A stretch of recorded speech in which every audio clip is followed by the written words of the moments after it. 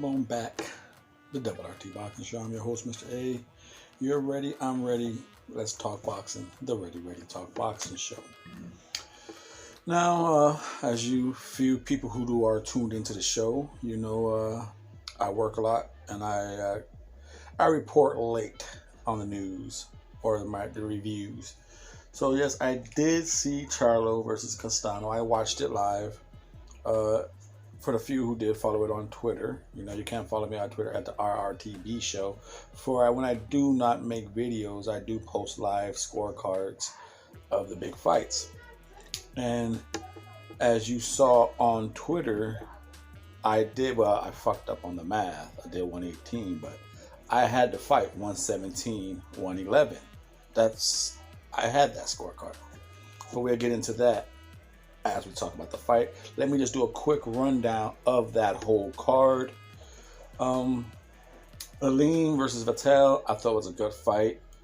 I had it a draw. I had that draw. I thought Aleem started off very good with the jab, moving, keeping it boxing.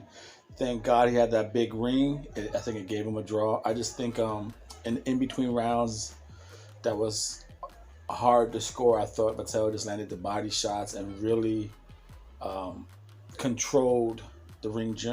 Even though Aleem was moving, it got to the point where the movement became more of don't hit me movement than movement to set up my offense. So that's kind of how I judged that fight. So a draw is what I had that. Going into the Rolly fight, if I was a fighter, I would not fight Rolly unless I was mandated. Because the dude is just fucking dirty as fuck. You know, unless that dude gave me a big ass purse, you got to become my mandatory. You know, you're interim champ. I don't give a fuck about your belt then. I just try and skip you and go for a gold champ or something. Because the jiu-jitsu arm locks and the fucking throwing on the ground, it's just dirty. It's dirty. It's ugly to watch. It's almost cringy to watch. Does he throw hard? Yeah, the power seemed the only legitimate thing. Now, what's not being mentioned about that fight is how, yes, Yigit missed weight. He was on the undercard of that fight. I believe he was on the undercard for an 8-rounder or something. And he took that 8-rounder for a payday. So when he got bumped up to this fight, it was a bigger payday. No one's mentioning the whole Yigit interview when he says his heart's not in boxing anymore. He's 100% focused on being an actor. He doesn't care about boxing anymore. So for him to come into this fight with Rolly, he's oh shit, a nice payday. I'll take it. You know, did you ever wonder why he was just wondering what round it was? He's like, all right, what round is it? What round is it? Like, do I want to call it quits in this round? I'll fight a little more. He got fucked up. He got hit hard. But, you know, again, the TMT movement, you give a fighter to one of their opponents who can't make a weight division, who's putting boxing on the back burner. But anyway, on to the main event, Charlo Castano. Again, I did have the fight 117, 111. You can go check my Twitter, find out round by round how I scored it.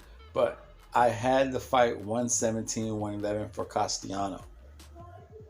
The rounds I did give Charlo was the obvious 10th round, the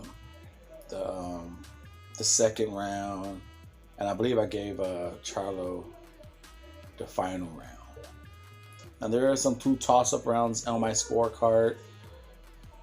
You could have given to Charlo, but I gave all the toss-up rounds to Castano because I thought just like the whole fight, Derek James even said it, you're giving the rounds away. You're giving rounds away. And I thought on the toss-up rounds, and again, the whole fight started about every minute of the round. Charlo looked good. He'll be pumping out some jabs, keeping the distance. And before you know it, Castano will just put the motion from Charlo's taking the motion to the right for the first minute. And all of a sudden, here comes about a minute and 20 mark, and Castano starts pushing that motion back to the left. Or, you know, like a typewriter. You push that shit back.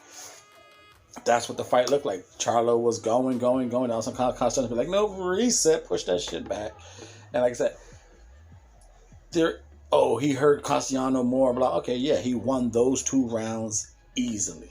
You know, you can't take that away from him. But we all know 2 rounds doesn't give you points for the other 10 rounds. And again, 4 things on judgment, you know, offense, defense, ring generalship, and aggressiveness. Now, the offense, you can say a lot of rounds. They both did something. They could cancel each other out. Fine, whatever. And you can say defensively, who do you remember being more defensively? You can say, yeah, he hurt Castano twice. He lost that. But what do you remember? You remember Charlo being on the ropes majority of that fight. Did he always go to the ropes himself? Or did he get put there? And so whose ring generalship was winning that battle? So in ring generalship, to me, Castano was doing something right in controlling the ring if Charlo always put himself on the ropes or always ended up on the ropes. And if he put himself on the ropes, that's bad defensive. He wasn't hitting those shots. In the 3rd round, he got clipped. Did the ropes save him up? His butt hit pretty low on those ropes, you know. And Charlo, not majority, but a lot of times in that fight, when Castano, yes, got hurt and he had to dance around and survive and do all that, that's what you're supposed to do. You're not supposed to sit there and, oh, I'm hurt, let me show some machismo and fucking try and swing it out. Yeah, you could sit there and people could say that and, oh, he showed machismo, he was hurt and he still wanted to bang it out. Okay, a lot of times people show machismo, try and please the fans, they get fucked up and they lose the fight. Castano did what every trainer wants their fighter to do. If you can't hold on, use the ring, survive. Save yourself for the next round. If you have to, take a knee. He didn't have to take that knee. He survived. You can mark that as defensive. You know, even though Charlo won those rounds, pretty damn good defensive and ring generalship by Castano. And just the whole fight itself, defensively, who got hit more times? Yes, Castano got rocked those 2 rounds.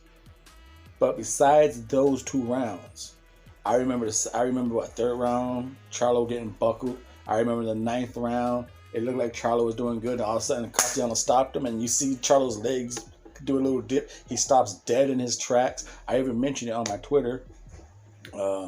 And there's numerous times, at least 2 or 3 times, where Charlo smiles, makes a smirk when Castano hit him. And we all know in boxing terms, boxing visuals, when a fighter makes any face towards another fighter, whether shaking his head, didn't hurt, stick his tongue out, smile, whatever, he's trying to say, hey, the hit you just hit me with wasn't a good hit. And we all fucking know what it really means. So how many times did Castano do that to compare to how many Charlo times did that to Castano? So right there shows, I remember the offense more. I mean, I remember that more of as far as defense. So I favored the whole defense per round towards Castano. You know, Charlo showed his hand, how many times he made a face, shook his head, smiled. Like, you're getting hit, bro. You're getting hit. Castano didn't have to hide it because, yes, we all saw you get fucked up.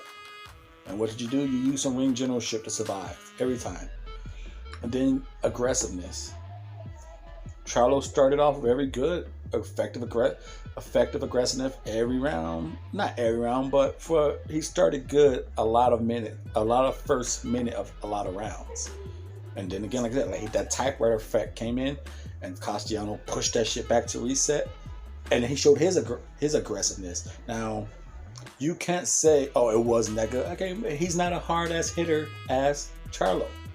Okay, not everyone is the same power hitter, but at the same time, when you're throwing that type of volume of punches, we all know if you throw that many punches and you throw them all hard, you're going to gas yourself out. But if you take some of the power off them and you throw a lot, you can last. Look at Charlo. He was throwing hard as fuck. but not too often.